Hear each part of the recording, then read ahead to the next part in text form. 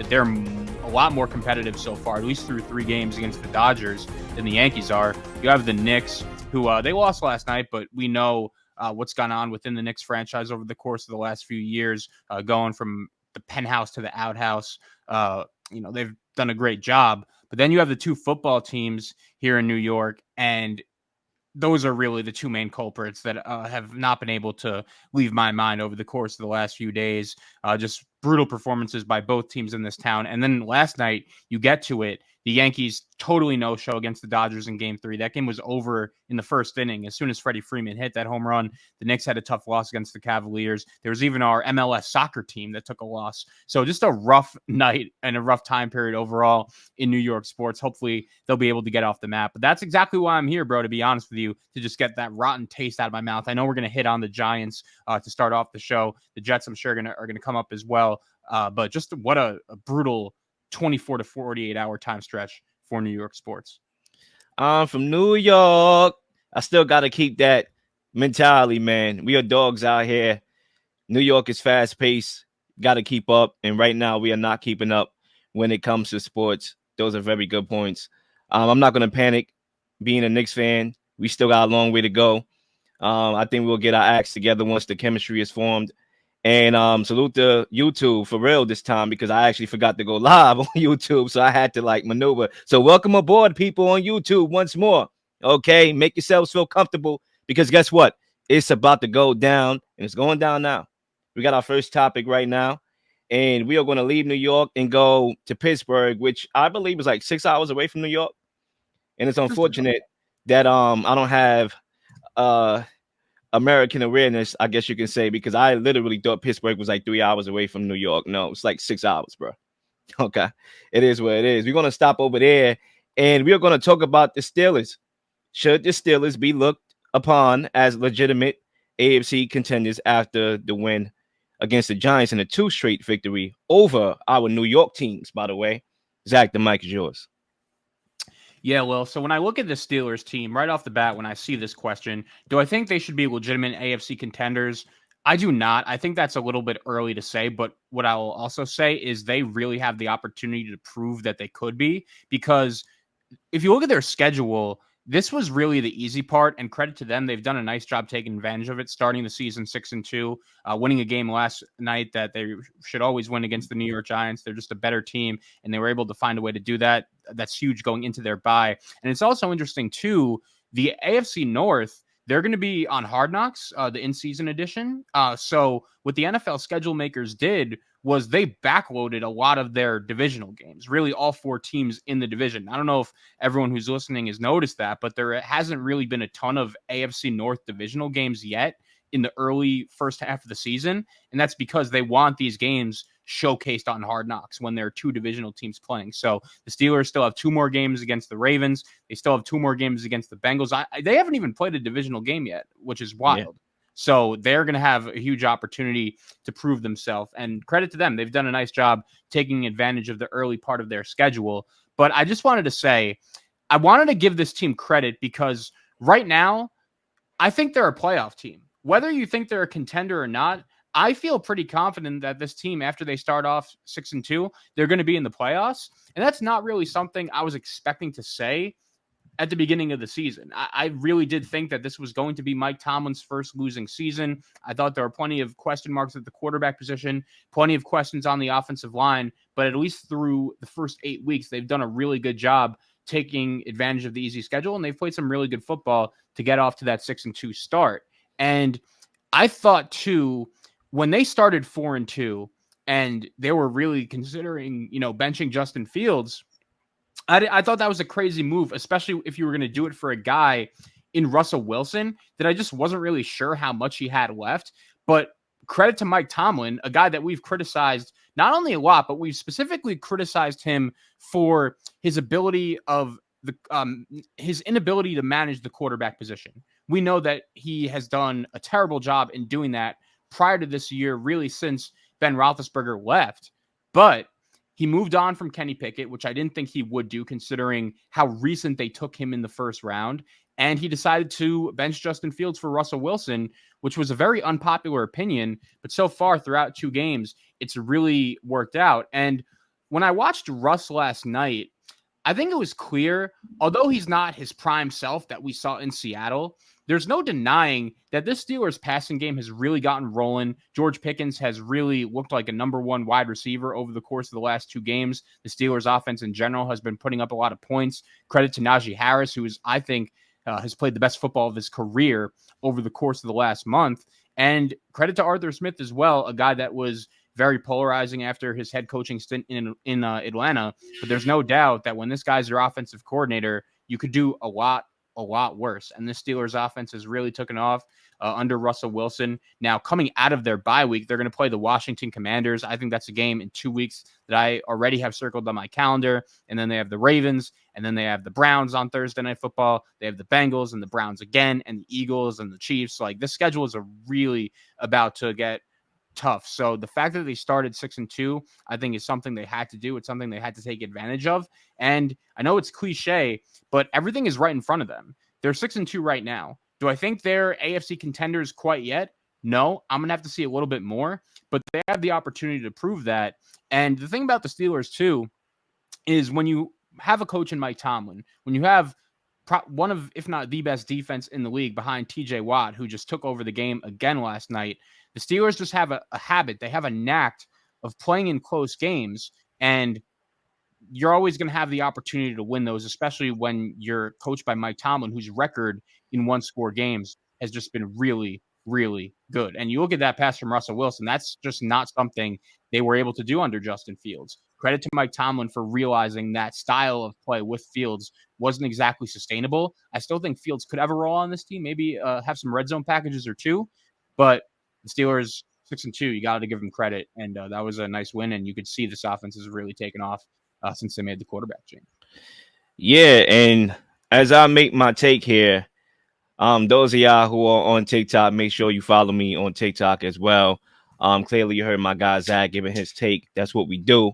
And for me to answer this question, I'm going to go right out and say it. I don't believe that the Steelers are AFC contenders. And look, I think the Steelers played well the last 2 weeks, and it's evident that Russ is allowing Mike Tomlin to stick with his conservative philosophy. And Tomlin, we all know he didn't want to develop Fields, right? He chose not to. I don't know why, but that's his choice. And, it was a good choice at the end of the day the last couple of weeks, right? He chose not to develop Fields and deal with the little bumps and bruises that it takes of, getting a young quarterback to evolve into a veteran that's highly consistent, right? And obviously we saw what happened with the Kenny Pickett era. So Mike Tomlin was like, listen, I'm not trying to do this process over again. He wanted a guy that has experience, that can diagnose things pre-snap. And that's what Russell Wilson is doing. And his ability to push the ball down the field is giving the offense, entire access of the whole field, right? So now, guys like Pickens are able to make a play on the ball and show their skill set, right? Even Calvin Austin had 2 key plays, 2 explosive plays last night, a punt return for a touchdown, and that catch that I just showed on a live show a couple minutes ago from Russell Wilson, right? Being able to get a step on his defender. So, and then you look at the end of the game, TJ Watt, he wrecks the game with a strip sack fumble recovery. That's still his football. They're playing the game how they want to play. Look, I've gotten on Mike Tomlin in the past, and I'm not going to kiss his ass. I'm not going to be one of these mainstream guys that's going to sip that Kool-Aid, right? Because I think there's a level of accountability when you don't win a playoff game in 6 years. That needs to change.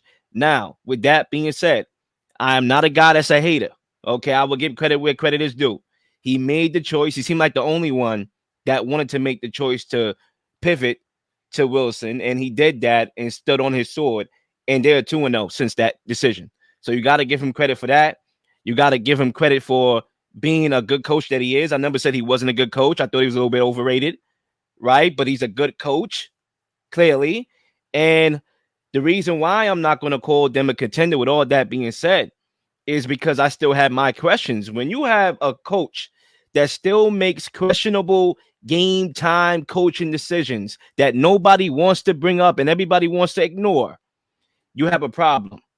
I think Mike Tomlin needs to be stripped completely of his coaching challenges because clearly he does not know how to challenge in the game of football. Matter of fact, If you look at the game last night, Russell Wilson hit Pickens what looked to be a touchdown, right? But he, Pickens didn't have his foot in bounds. He threw the challenge flag. My man's football 101, textbook, rule book, all scoring plays are automatically reviewed. 31 coaches in the league knows that. I know that. You know that, Zach. The people watching on TikTok know that. The people watching on YouTube knows that. Why are you the one that don't know that you're on a job right now? Why are you throwing a challenge flag on an automatic review play? Why are you doing that? And clearly, this is not just a one-time issue. This guy, once upon a time, lost 11 consecutive challenges. He needs to be stripped of the challenge flag. Give that flag to Arthur Smith or something. Give that flag to Russell Wilson. Let him throw it. Not you, bro.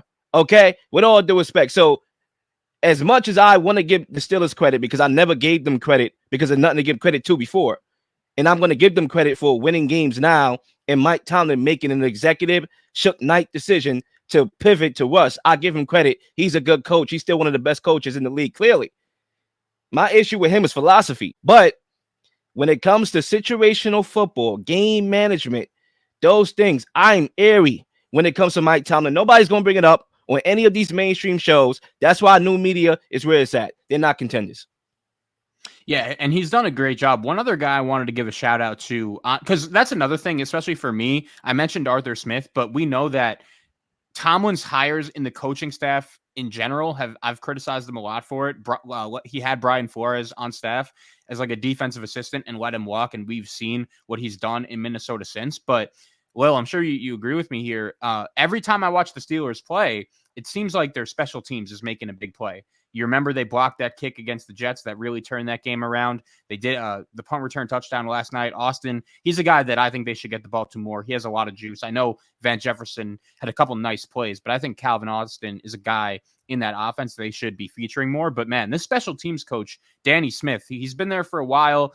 He's a folk hero in Pittsburgh. If you look at him, he always has like 3 pieces of gum in his mouth and he's just chewing away throughout the game. But it feels like every single time I watch the Steelers play, they have a massive advantage on special teams. And that's something you got to give credit to the coach to, because those points are valuable. You can make the argument it was a big reason why it won them the game last night.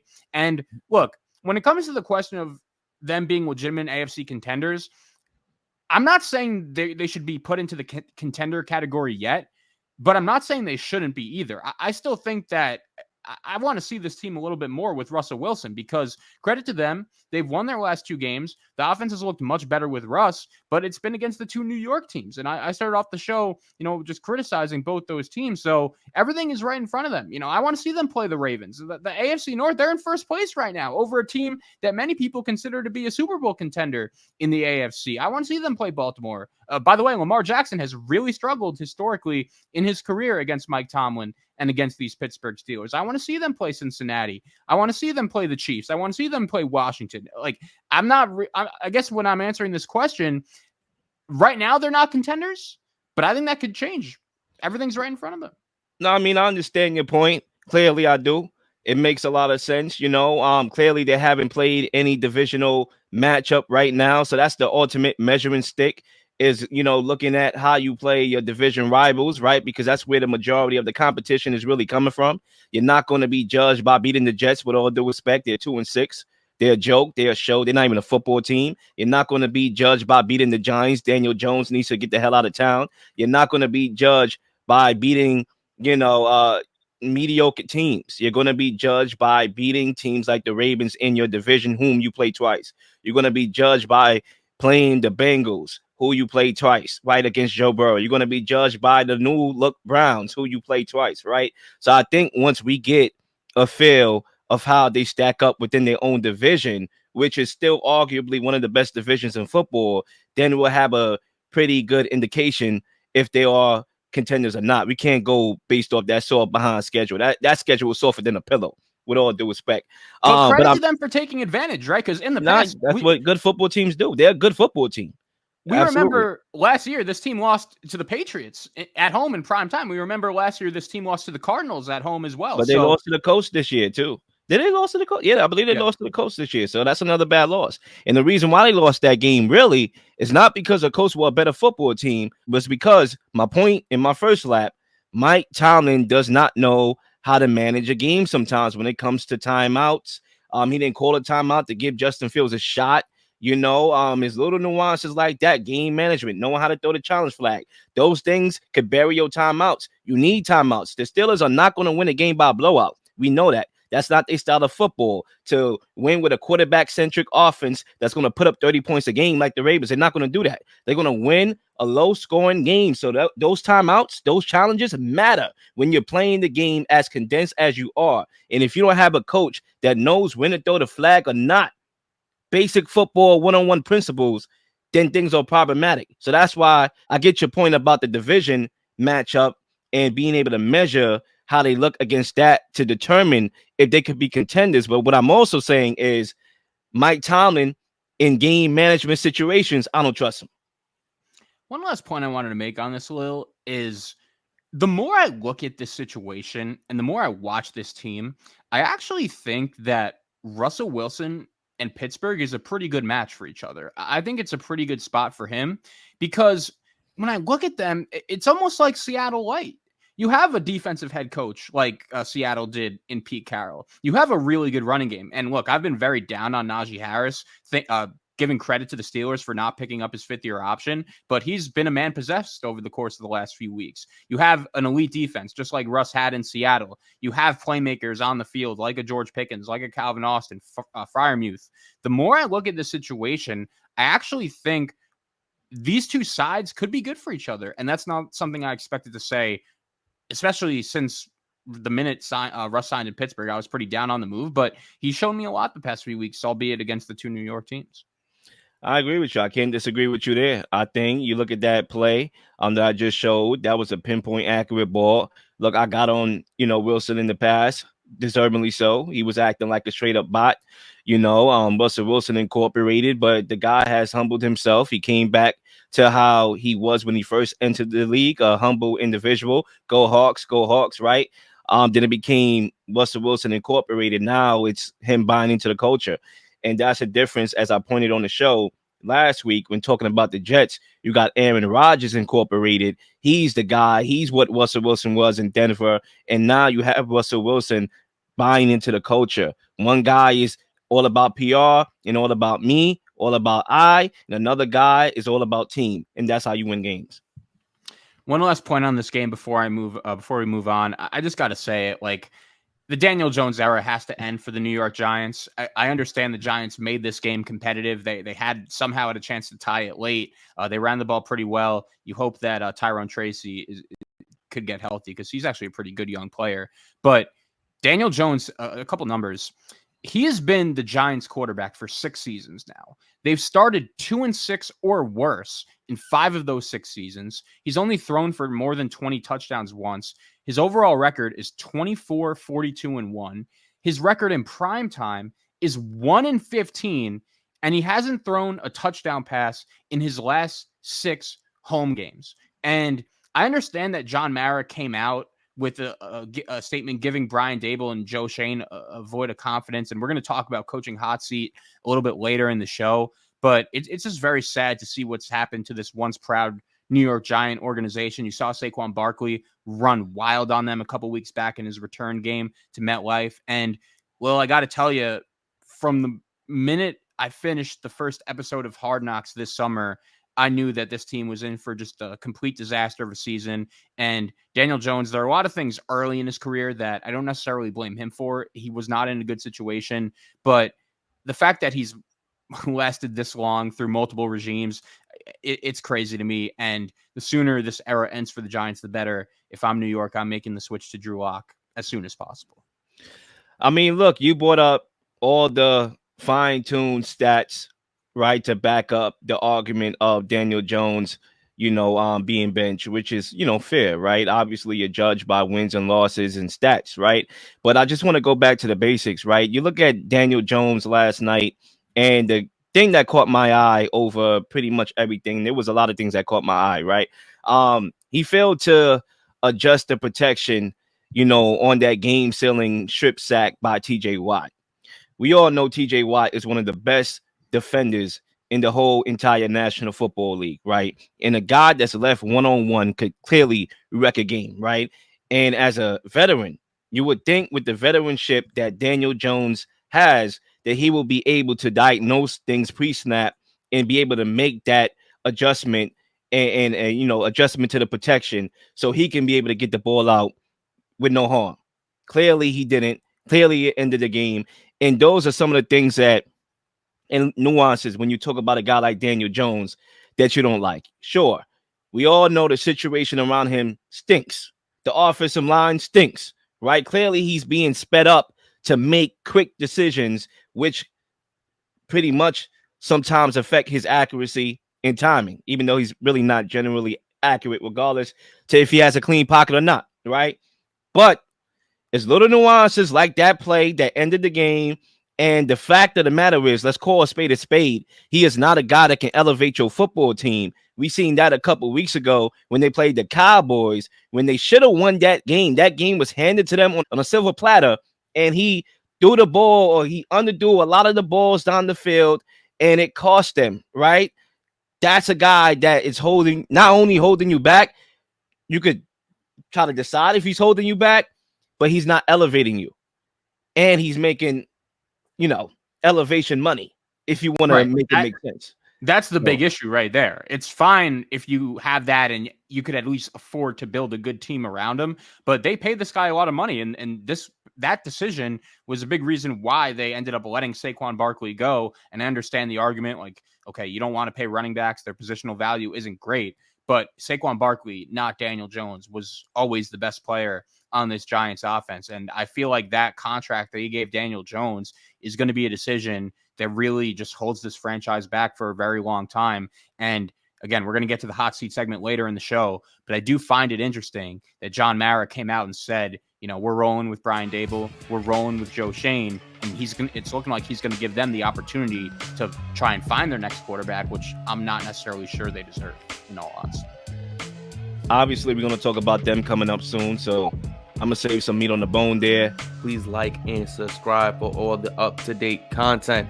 You've been slinging shows left and right, slinging content left and right. Please don't miss anything. If you do, like, subscribe, leave a comment, leave a question, something you may want to answer, something you may have. All ideas are great ideas. Nothing's a dumb question.